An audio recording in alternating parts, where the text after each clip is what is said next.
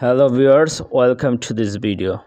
Viewers, in this video I will share with you 5 English names of natural object. So let's see. Number 1, sky. Sky. Sky means akash. Sky means akash. Number 2, star. Star. Star means tara. Star means tara. Number 3, sun.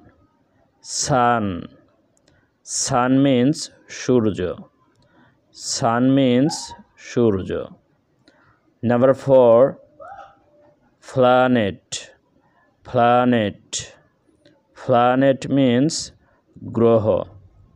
Planet means groho. Number 5,